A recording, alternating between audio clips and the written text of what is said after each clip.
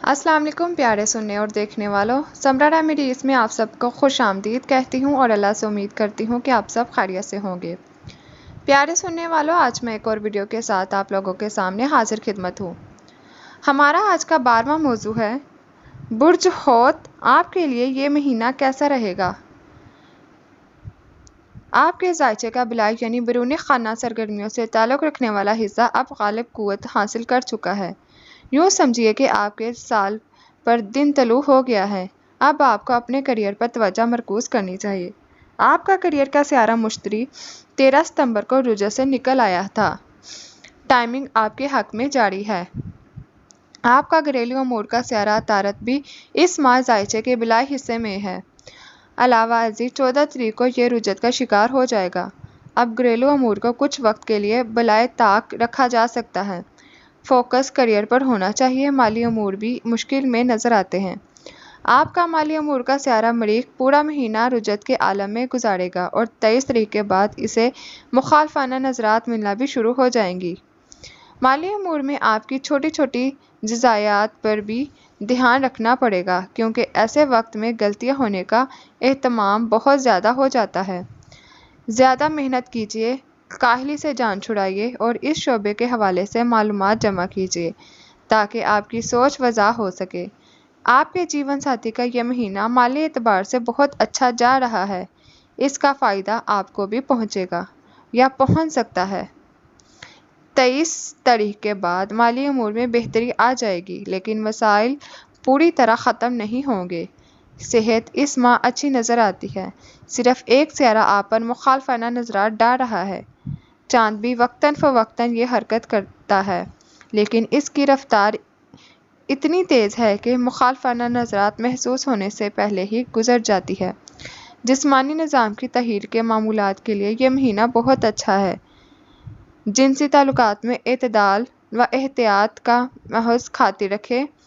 14 तारीख को अतारत का रुजत का शिकार होना मामलात मोहब्बत में पेचीदगियाँ पैदा करेगा।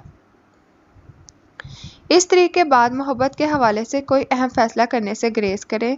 इस माह मोहब्बत में जिनसी कशिश की अहमियत बहुत ज़्यादा बढ़ी हुई नज़र आती है। 2 तारीख को ज़हरा आपके साथ में यानी मोहब्बत के घर में दाखिल हो जाएगा।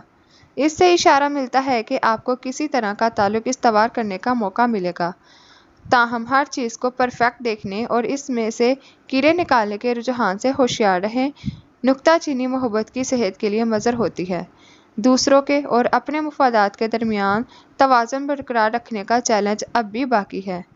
आपका 8वां यानी जदीद और हयात नौ का घर 23 तारीख तक कुव्वत में रहेगा और इसके बाद बुर्ज अकरब, जो कि 8वें घर का कुदरती हुक्मरान है, कुव्वत में आ जाएगा। अपनी ज़िंदगी से फालतू चीज़ें निकाल फेंकने के लिए ये महीना बहुत अच्छा है। अपने मालकियाती सामान का जायज़ा लीजिए और जो चीज़ ज़ायद ज़रूरत हो इसे बाहर कर दीजिए, बेच दीजिए, फेंक दीजिए या खैरात कर दीजिए। पुरानी चीज़ें निकलेंगी तो नई चीज़ों की गुंजाइश पैदा होगी। अपनी जज्बाती और नफसियाती सूरत हाल का भी जायज़ा लीजिए और यहाँ जमा होने वाले काट कबार को साफ़ करने की तदबीर कीजिए।